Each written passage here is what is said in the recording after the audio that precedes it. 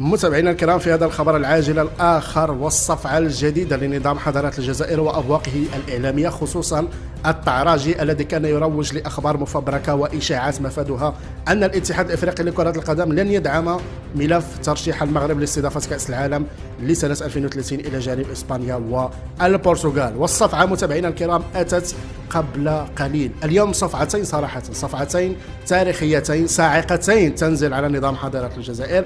في الفيديو السابق متابعينا الكرام اللي نشرته قبل دقائق قليلة فقط، خبر عاجل نشرت فيه الاتحاد الأوروبي لكرة القدم على لسان رئيسها يعلن دعم ملف ترشيح المملكة المغربية لاستضافة كأس العالم إلى جانب إسبانيا والبرتغال.